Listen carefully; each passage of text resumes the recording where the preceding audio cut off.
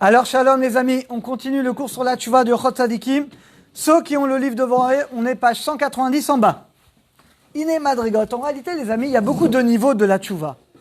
Maintenant, plus un homme va se rapprocher d'Akadosh Baruch Hu, plus sa tchouva va être sincère. Et là, il donne un machal qui est un exemple qui est extraordinaire. Imaginez, vous avez un beau costume blanc ou très clair et que vous l'avez sali malheureusement. Et bien, même quand vous l'emmenez au pressing, il reste toujours un petit peu. Mais à chaque fois que tu vas le relaver, il va être plus blanc que blanc. Et bien, il dit le Chot Tzadikim, on trouve cette idée dans le Maharal de Prague. La Neshama, c'est un beau vêtement, c'est le vêtement de l'âme. La saleté, c'est la faute. Et plus tu vas faire tchouva, plus tu vas te rapprocher d'Hachem, plus tu vas regretter, et plus tu vas blanchir, tu vas nettoyer ton âme pour qu'elle respire finalement la blancheur. Plus blanc que blanc. Et d'où l'intérêt, les amis, d'où les intérêts d'approfondir la tchouva, de toujours faire tchouva, toujours faire mieux, toujours regretter, etc. Lachem techabes libecha. Donc tu dois laver ton cœur. D'où on apprend ça de David Ameler. Il a dit David Ameler, kabeseni mera libecha Yerushalayim.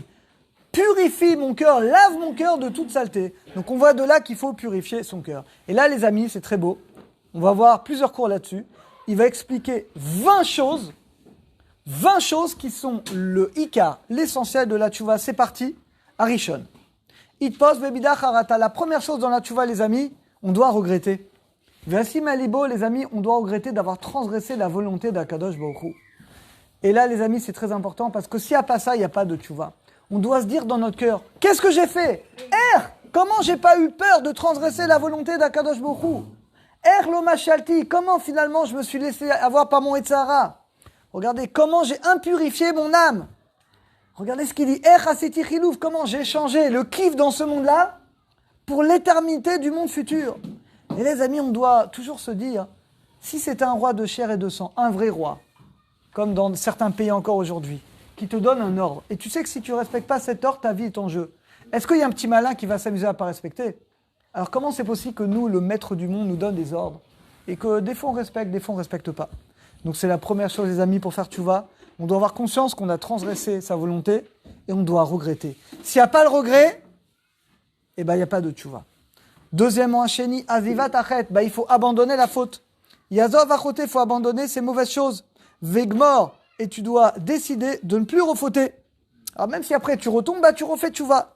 Mais si tu n'abandonnes pas ta faute, forcément il n'y a pas de tchouva. Troisièmement, Ayagon. Yagon, c'est l'amertume. On doit être triste, les amis. Triste au moment, encore une fois, bien que la tristesse est la pire des fautes, mais au moment où on regrette, il faut être triste. Parce que si on ne regrette pas d'avoir transgressé la volonté d'Hachem, c'est qu'au fond, on ne fait pas tchouva. Quand quelqu'un il fait tchouva, il regrette. Après, il va être bessimcha tout le reste, bien entendu, de la journée. Mais au moment où il regrette, au moment du vidou, il va dire Hachem, il doit avoir de l'amertume. Qui madame ifsit, et là, les amis, il va donner un machal extraordinaire. Quand quelqu'un il perd de l'argent, ça vous arrive dans la vie? Ça arrive, malheureusement. Quelqu'un, il a perdu de l'argent. Comment t'étais? T'es pas bien, t'es dégoûté, je suis dégoûté, pourquoi j'ai perdu de l'argent? T'es pas bien, t'as perdu une grande somme d'argent. Et là, il dit quelque chose de terrible pour nous qui nous accuse. Il dit, comment c'est possible qu'un homme, il perd de l'argent? Il est vraiment mal, il est amer. Mais tu fais une faute? Oh, c'est pas grave. T'as raté la tfila? Oh, c'est pas grave, allons, la prière, Bétibo, je prie tout seul. T'as de la shonara? Bon, c'est pas grave, tout le monde le sait, etc. Comment c'est possible, les amis, que quand on perd de l'argent, quelque chose de matériel, d'un coup, on est triste, on n'est pas bien, on a l'angoisse. Par contre, tu fais une faute à transgresser la volonté d'Hachem.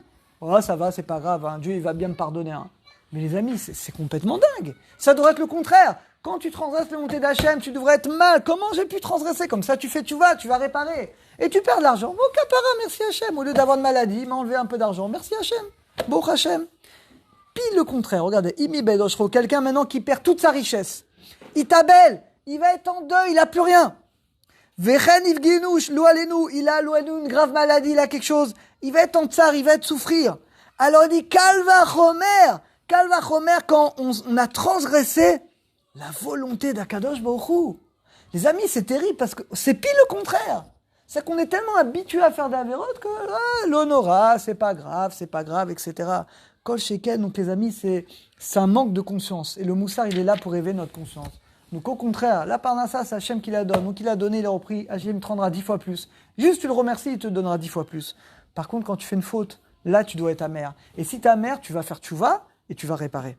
Veda, Madrigot Tchouva, et sache que les différents niveaux de la Tchouva, c'est selon la peine que tu as à fauter. Parce que les amis, on va être très clair, quand on n'a pas de peine, comme un enfant les amis, quand tu as un enfant qui se conduit mal, même s'il vient te demander, Mechila, mais si tu vois qu'il ne regrette pas, si un enfant vraiment il est mal, dit papa, excuse-moi, je regrette, je t'ai mal parlé, vraiment tu vois qu'il pleure, même il n'est pas bien, il pleure pas, vraiment, il a vraiment compris la leçon.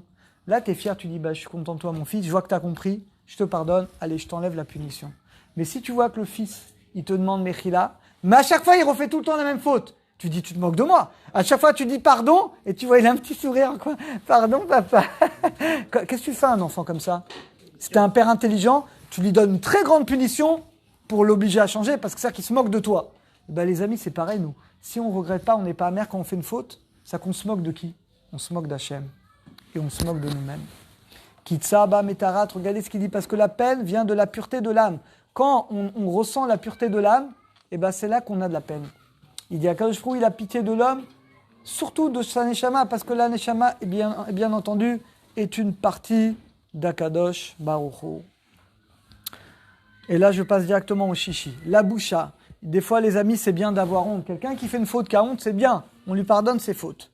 Ashvi, Achna, Becholev, Ashiflu, Tamakir. Quelqu'un, encore une fois, il doit avoir le cœur brisé. Au moment où on fait, tu vois, les amis, on a déjà expliqué dans le chapitre de la Simcha, on doit être tout le temps Besimcha.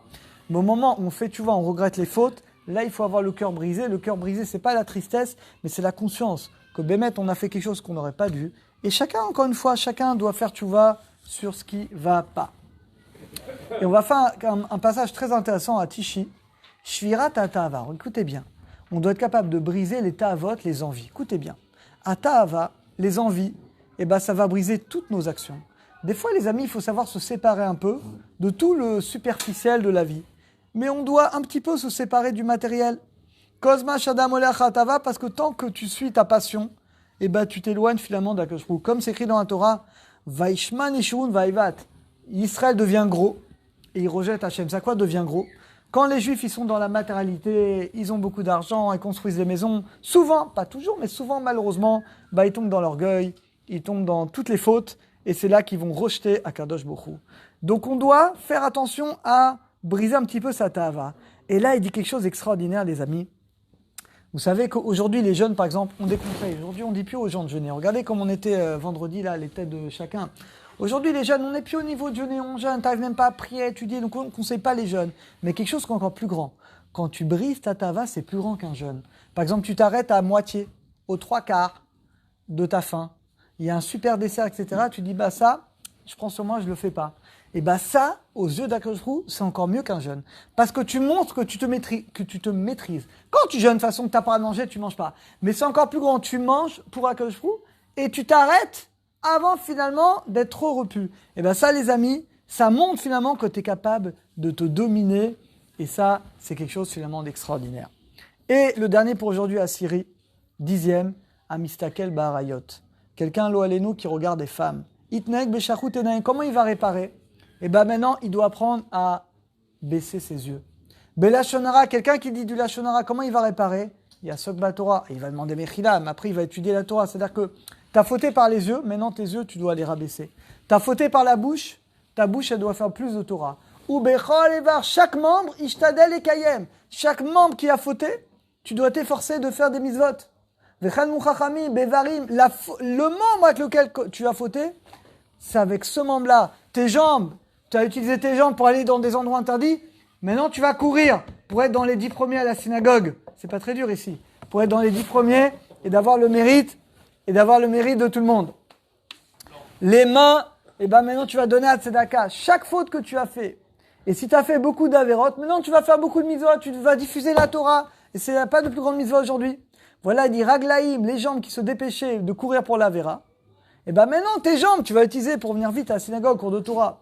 P, une bouche qui a mal parlé. Emet, maintenant, elle va plus mentir, elle dira que le Emet. Ou Piviftar.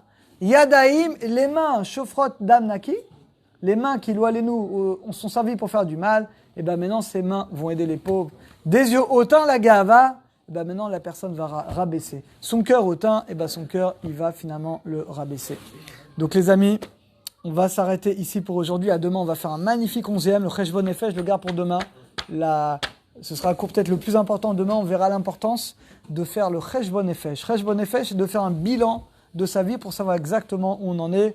En tout ça, qu'Hachem nous aide tous à faire une tchouva shelema Bezrat Hashem. Amen.